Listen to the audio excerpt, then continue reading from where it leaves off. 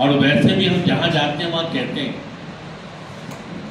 कि वो कौम कभी सुरखरू नहीं हो सकती जो अपने मोहसिनों को फरामोश करते हैं।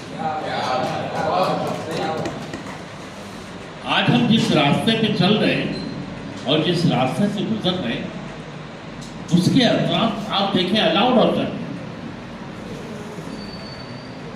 पहले था बहुत फासला बाजार से घर का, पहले था बहुत फासला बाजार से घर का, अब एक ही कमरे में है बाजार भी घर।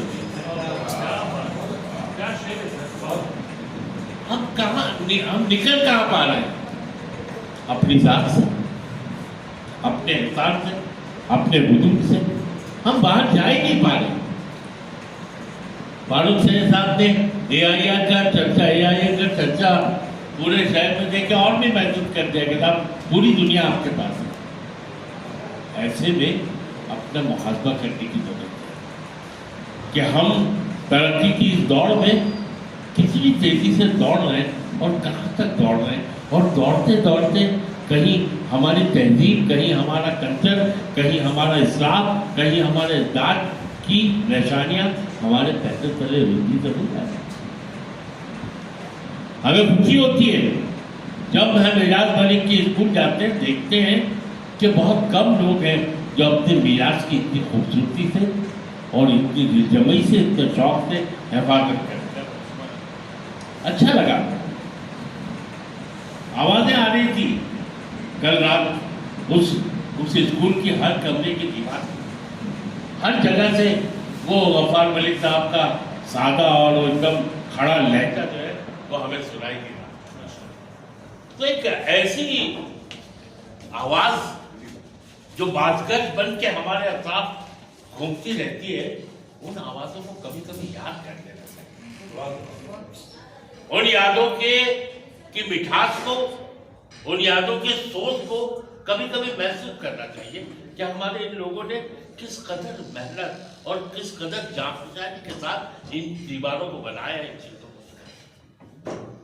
मुझे टीचर्स पसंद नहीं करते। एक बार किसी वसीम साहब किसी फंक्शन में बुला ले तो दूसरे में काट देते, बोले यार टीचर लोग को बहुत डांटे। अरे भाई मैं क्यों ना डांटूं? एक बार सोनामी को टाला जा सकता है, लेकिन टीचर अगर एक चीज हो जाए तो उसे रोका नहीं जा सकता। ऐसा मिजाज हमने बना दिया। मैंने कहीं कह दिया था कि मुझे इजाजत दें तो मैं किसी बड़े कमरे का दरवाजा बंद करूं हॉल का और तमाम असातिज़ा को बिठाऊं और उनसे पूछूं कि क्या आप अपना फरीदा, जिस काम के लिए आपको पैदा किया गया है, जो काम आपको सौंपा गया है, क्या आप अपनी जिम्मेदारी के साथ, वसीम साहब सुन लीजिए, मैं तो रास्ते पर आपको समझा,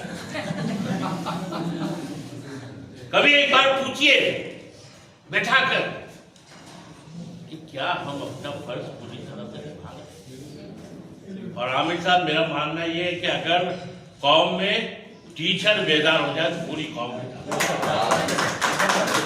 ये मैं अपने कबीले की बात कर रहा हूँ, मैं अपनी बात कर रहा हूँ, मैं आपके लिए अपनी बात। हम लोग इतने खानों में बटे हुए लोग हैं।